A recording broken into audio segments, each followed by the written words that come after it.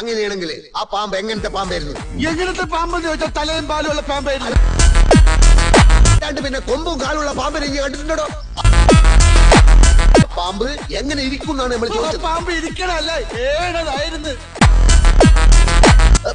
എന്നാൽ ആ പാമ്പ് ഏത് ജാതിയിൽപ്പെട്ട പാമ്പായിരുന്നു? ജാതിയാ നെറ്റിമൊഴി കുറിയുണ്ടായിരുന്നു. അപ്പൊ അയ്യകാരാവും. ഉള്ള പാമ്പായിരുന്ന ബസ ഇല്ലാത്ത പാമ്പായിരുന്ന കടിച്ചാലല്ലേ അറിയൂ. നമ്മളെ പുരയില് പാമ്പ് കേറിയിട്ടില്ല, അറിയാം. നമ്മള് കണ്ടിട്ടില്ല. കാണാത്തത് ഉണ്ട് എന്ന് നമ്മൾ വിശ്വസിക്കൂല. ദുബായ് കണ്ടിട്ടുണ്ടോ? ഇല്ല. അപ്പൊ ദുബായ് ഇല്ലേ? എന്താ വിളിക്കണ്? നമ്മളിവിടെ തുണിയിലാണ്ടിക്കണ. എനിക്ക് പുട്ടും കടലേ മതി. ചേച്ചിക്ക് എന്താ വേണ്ടത്?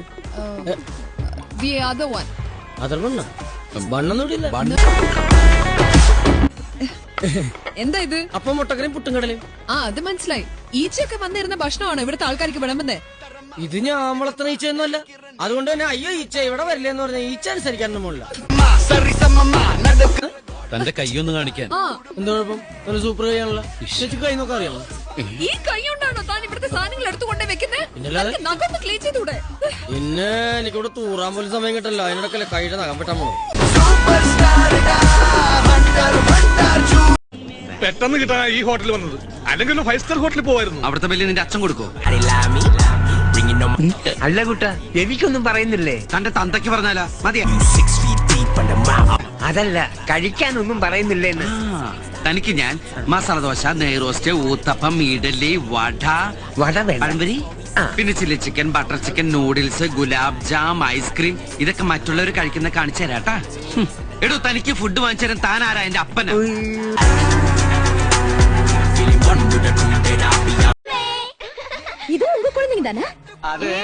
അല്ല, അനാഥ കുട്ടികളാ ഈ വീട്ടിലെ വളരുന്നേ. ഞങ്ങളെ അച്ഛാമ്മന്നേ വിളിക്കൂ. പാവം, இந்த 3 പേരും ഓർഫൻസാ? അതെ, അത് 5 ചേച്ചിയുടെ ഓർഫൻസാ. ഈ 2 പേരുമാ ഞങ്ങളുടെ ഓർഫൻസ്. എന്താ ഓർഫൻസ് എന്ന് പറഞ്ഞ മക്കളെന്നല്ലേ? കഴുതേ, ഓർഫൻസ് എന്ന് പറഞ്ഞ അനാഥരെന്നർത്ഥം. അറിയാമല്ലേ, പറയാൻ പോരുത്. ശരി, വരൂ, സ്കൂൾ ഡ്രിങ്ക്സ് കുടിക്കാം. ഇനി ചേച്ചിയുടെ ഒരു ക്ലോസപ്പ്. ചന്ദ്രു, ഞങ്ങളുടെ ഫോട്ടോയും ഒരു ക്ലോസറ്റിൽ എടുത്തോ. പട്ടി എവിടെ? എന്റെ മുമ്പിൽ നിൽക്കല്ലേ? കുരയ്ക്കുന്ന പട്ടി എവിടെ? മുമ്പിൽ നിന്ന് കുരയ്ക്കല്ലേ? അതല്ല, അർജുൻ എവിടെ? അത് കൃഷ്ണനോട് ചോദിക്കണം. എന്നെ പൊട്ടനാക്കാണോ? അതാക്കേണ്ട കാര്യമുണ്ടോ? അർജുൻ എന്ന് പേരുള്ള നിന്റെ പട്ടി എവിടെ എന്നാണ് ചോദ്യം. എന്റെ പട്ടിയെ പട്ടി എന്ന് വിളിക്കരുത്. പട്ടിയെ പട്ടി എന്നല്ലാതെ പിന്നെ അച്ചാന്ന് വിളിക്കും. വിളിച്ച് ശീലിച്ചവർക്ക് എന്തും വിളിക്കാം. ആദ്യമായി ചന്ദ്രനിൽ കാലുകുത്തിയതാരാണ്?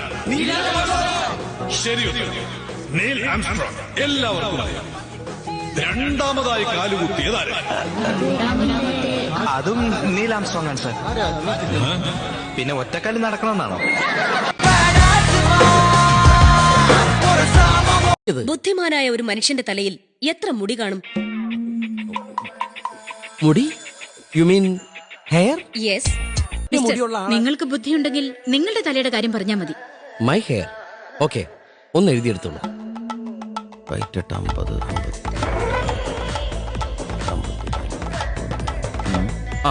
8,36,333 മുടികൾ. അതെങ്ങനെ കൃത്യമായിട്ട് പറയാൻ പറ്റും? സംശയം ഉണ്ടെങ്കിൽ എണ്ണി നോക്കാം.